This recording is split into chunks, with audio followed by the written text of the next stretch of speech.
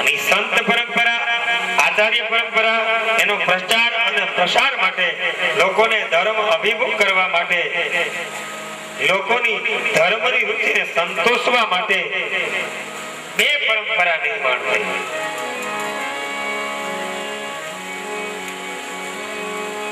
સંત પરંપરાના સંતો ક્યાંથી આવ્યા? કે ભાઈ પૂર્વમાંથી આવ્યા, પશ્ચિમમાંથી આવ્યા, ઉત્તરમાંથી આવ્યા. પૂર્વમાંથી કોણ આવ્યું? ચૈતન્ય મહારાજ.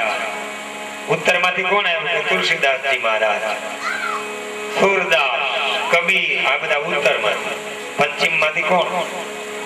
નરસિંહ મહેતા, મીરાબાઈ, તુકારામ, આ બધા પશ્ચિમ. તો આચાર્ય ધર્મના આ બધા સંત ધર્મના સંત પરંપરાના સંતો. પછી આચાર્ય પરંપરા આપણે જોઈએ તો 4 આચાર્યો આપણા થયા: શંકરાચાર્ય, માધવાચાર્ય, નિંબકાચાર્ય, રામાનુજાચાર્ય. આ 4 આપણા આચાર્યમાં મુખ્ય શંકરાચાર્ય.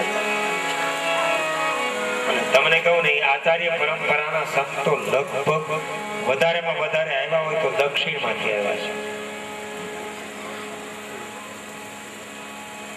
તો ભક્તિ મહારાણીનું પિયર એટલે દક્ષિણ.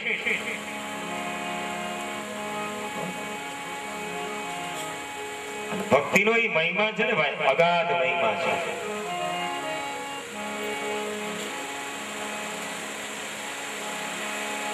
ભક્તિ મહારાણી નારદજીને કહે છે, મહારાજ તમારો પ્રતાપ સુંદર હોય એવું લાગે છે, પણ હું ગુજરાતમાં આવીને તો હું વૃદ્ધ બની ગઈ, કરડી થઈ ગઈ. મારો કઈ ઉદ્ધાર કરો બાપજી, મારા આ પુત્રોને જગાડો.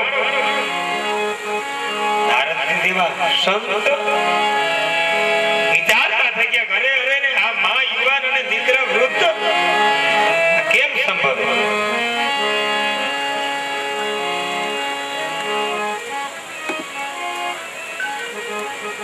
માં યુવાન છે અને દીકરા વૃદ્ધ થઈને સૂતા છે. આમ કેમ? ત્યારે ભક્તિ માતા કહે છે કે હે મહારાજ, હું આ ગુજરાતમાં વૃદ્ધ થઈ ગઈ ને એટલે હું ત્યાંથી સીધી આવી વૃંદાવન. વૃંદાવનમાં આવીને ત્યારે મને મારું રૂપ ફરીને પાછું મળ્યું. હું યુવાન થઈ, પણ મારા આ બંને પુત્રો છે ને એકદમ વૃદ્ધ જ રહ્યા છે. હવે એ નિદ્રામાં સૂતા છે. મેં એને જગાડવાના ખૂબ પ્રયાસ કર્યા છે, પણ એ જાગતા નથી. મહારાજ, તમે એને જગાડો.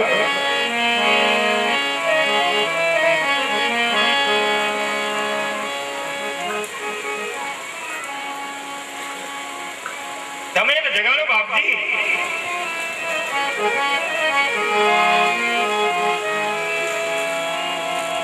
તમે જો નહીં જગાડો તો મને એમ થાય છે કે હવે હું આ દેશ છોડીને ઇદમ સ્થાનમ પરિત્યજ્ય વિદેશમ ગમ્યતે મયા. હવે આ સ્થાન છોડીને હું પરદેશમાં જતી રહું. મારે હવે અહીંયા રહેવું નથી. મહારાજ, તમે મારું દુઃખ દૂર કરો, નહીતર મારે એવું નથી. પરદેશ જતી રહેવા માંગુ છું. અને એવું નથી આપણને લાગતું ભારતમાં ધીમે ધીમે ભક્તિ આમ પરદેશમાં આવતી રહી છે, જતી રહી છે.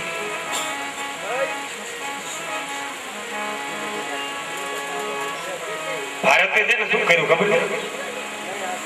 ભારતે ભોગોને ઇમ્પોર્ટ કર્યા અને ભક્તિને એક્સપોર્ટ કરી. ભારતમાં પાશ્ચાત્ય સંસ્કૃતિનું આંધળું અનુકરણ આપણે કરી રહ્યા છીએ. અને પરદેશમાં તમને જાઓ ને તો મટીરિયાલિસ્ટ લાઈફ છે બધા. અને એકદમ કર્મથી કંટાળેલા લોકો હરે કૃષ્ણ નો નાદ ગજવ્યા વિદેશની અંદર. પદાર્થો સુખ ભલે ના આપે, આપણને પદાર્થો સુખ ભલે આપે પણ પદાર્થ આપણને શાંતિ ન આપે. અને એ સુખ એ પણ કેવું સુખ છે, કેવાતું સુખ. મીરાબાઈએ કહ્યું સંસારીનો સુખ એવું જાંજવાના નીર જેવું. સંસારી સુખ એવું જાંજવાના નીર જેવું. કેવું સુખ? સંસારીનું સુખ એવું જાંજવાના નીર જેવું. સંસારીનું સુખ એવું જાંજવાના નીર જેવું. એને ઘેર શીદ જઈએ રે એ મોહન પ્યારા. એને ઘેર શીદ જઈએ રે એ મોહન પ્યારા. મુખડાની માયા લાગી રે એ મોહન પ્યારા.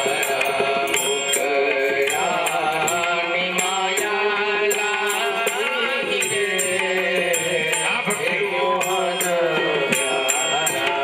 મુખડું મેં જોયું તારું સર્વ જગત થયું ખારું.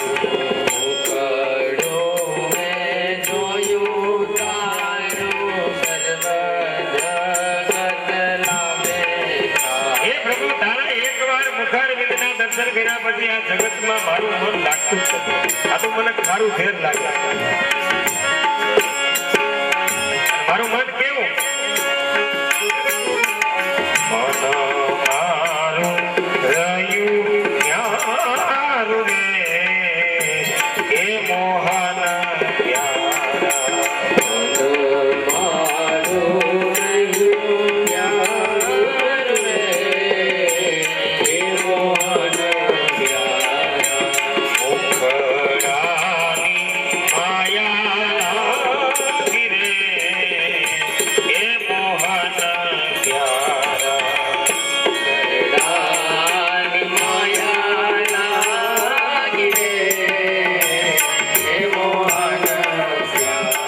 અને એ મારા મીરાબાઈ સુંદર મજાના શબ્દો પકડો ને. મીરાબાઈ કીધું કે આ સંસારીનું સુખ કેવું? સંસારીનું સુખ કાચું પરણીને એ રંડાવું પાછું. સંસારીનું સુખ કાચું પરણીને રંડાવું પાછું. સંસારીનું સુખ કાચું પરણીને એ રંડાવું પાછું. સંસારીનું સુખ કાચું પરણીને રંડાવું પાછું. લાગી લગની પ્રીતમ સાથે રે એ મોહન પ્યારા. લાગી લગની પ્રીતમ સાથે રે એ મોહન પ્યારા. માટે મુખડાની માયા લાગી રે એ મોહન પ્યારા. મુખડાની માયા લાગી રે એ મોહન પ્યારા. એ મોહન પ્યારા.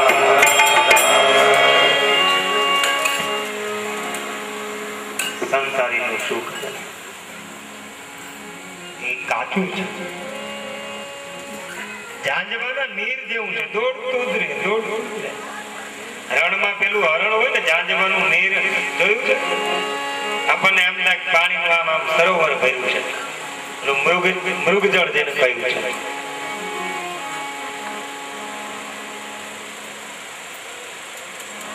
રણની અંદર હરણની અંદર હું તરસ માટે દોડતો જ જાય, પણ ઓલું તો નીર કેવું હોય, મૃગજળ જેવું.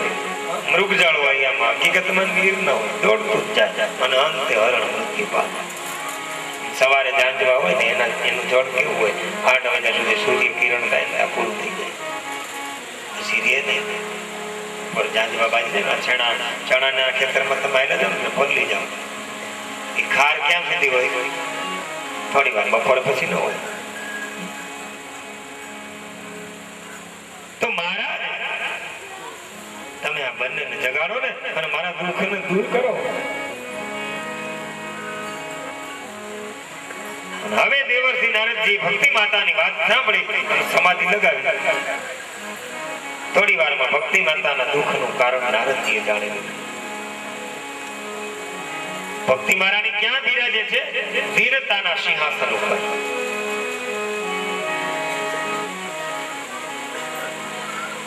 અહમતા છે ને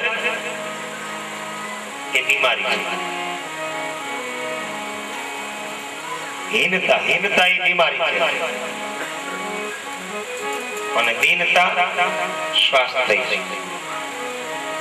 I am something. હું કઈક છું એ પણ એક મુશ્કેલી છે. I am nothing. હું કાંઈ નથી એ પણ એક મુશ્કેલી છે. એ પણ એક દુઃખ છે. superiority complex. I am nothing. કાંઈ નથી એમ કેવું નહીં પણ એક દુઃખ છે. અને ઇન્ફેરિયોરિટી કોમ્પ્લેક્સ, હું કંઈક છું, I am something. આ બંને બીમારી છે. હું કંઈક નથી એ પણ બીમારી, હું કંઈક છું એ પણ બીમારી. પણ દીનતા એ સ્વાસ્થ્ય છે. અને દીનતાના સિંહાસન ઉપર ભક્તિ મહારાણી બિરાજ્યા છે.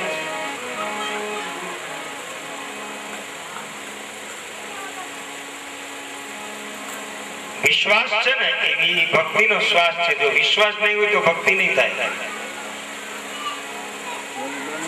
બિનુ વિશ્વાસ ભક્તિ નહીં, તેહિ બિનુ દ્રવહીન રામ. રામ કૃપા બિનુ સપને જીવન દેવ શરામ. વિશ્વાસ વિના ભક્તિ નહીં. ભવાની શંકરો વંદે શ્રદ્ધા વિશ્વાસ રૂપી. એક બાજુ શ્રદ્ધા છે, એક બાજુ વિશ્વાસ. અને એનાથી દ્રવી જાય, દ્રવીભૂત થાય ભગવાન. તો નારદજી કહ્યું કે હે ભક્તિ, તું તો પરમાત્માની પ્યારી છે. ભગવાને જ્ઞાન અને વૈરાગ્ય નામના 2 અનુચર તને આપ્યા છે. સાથે સાથે મુક્તિ નામની દાસી આપી છે.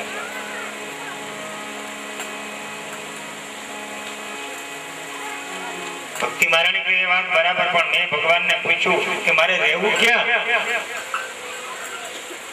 ત્યારે ભગવાને કહ્યું કે હે ભક્તિ, તારે મારા ભક્તોના હૃદયમાં રહેવાનું છે. ત્યારથી હંમેશા હું ભક્તોના હૃદયમાં રહું છું. પણ સમય જતા જતા મારી જે મુક્તિ નામની દાસી છે ને, એને ક્ષય નામનો રોગ લાગુ પડ્યો અને જતી રહી સ્વર્ગ. નારદજી કે ભલે જતી રહી, પણ એ ભક્તિ આજ પણ તું કોઈ યોગ્ય વ્યક્તિને જુએ અને મુક્તિને તું આજ્ઞા કર કે આને તું આવીને વર, એટલે મુક્તિને આવીને એને વરવું પડે. આજ કળિયુગમાં કોઈ નરસિંહ મહેતા છે, કોઈ મીરાબાઈ છે, કોઈ તુકારામ છે, કોઈ શેઠ સગાળતા છે, કોઈ ગૌરવ ભગત છે. આજ પણ એને આજ્ઞા કરે ને તું, એટલે આજ પણ મુક્તિ આવીને એને મળે. પણ આપણો નરસૈયો જુનાગઢ નો એક અમારે તો મુક્તિ નહીં. અમારે અમારે તો આ ભૂતલની અંદર પદાર્થ મોટા મોટું કયું ભક્તિ અને એક પદની રચના નરસિંહ મહેતાએ કરી. અમારે ભૂતલ ભક્તિ એ પદાર્થ મોટો બ્રહ્મલોકમાં નાહી રે ભૂતલ ભક્તિ પદાર્થ મોટો બ્રહ્મલોકમાં નાહી રે ભૂતલ ભક્તિ પદાર્થ મોટો બ્રહ્મલોકમાં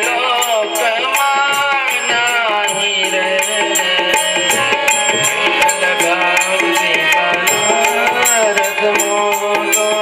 અમારે તો મોટા મોટું પદાર્થ આવ્યું છે ભક્તિ.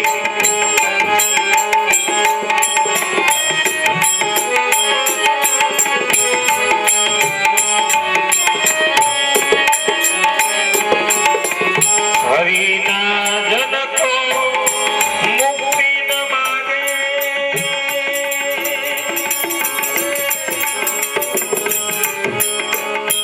માગે જન્મ જન્મ અવતાર રે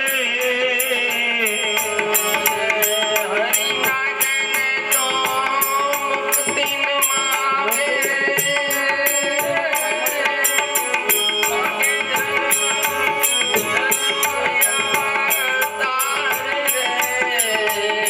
નિત સેવા નિત કીર્તન ઓછો નિત સેવા નિત કીર્તન ઓછો ये निरखवानंद कुमार रे भूतल भक्ति पदार्थ मोटो ब्रह्मलोकમાં નાહી રે ભૂતલ ભક્તિ પદાર્થ મોટો. આ કલિયુગ છે ને